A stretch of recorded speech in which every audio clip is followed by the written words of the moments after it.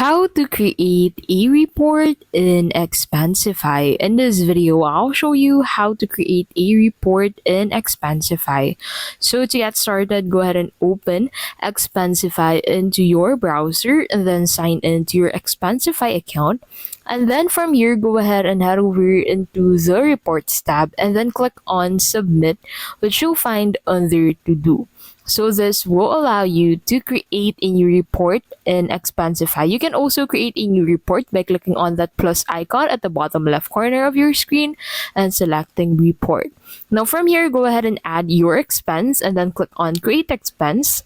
And then in here, go ahead and enter the information needed for that expense, such as the description, along with the category, merchant.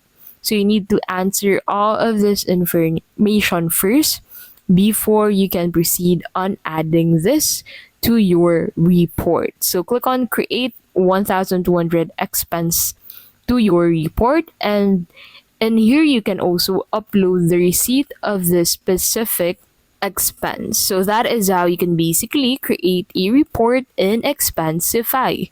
If this video was helpful, please don't forget to give this video a like and subscribe for more videos like this.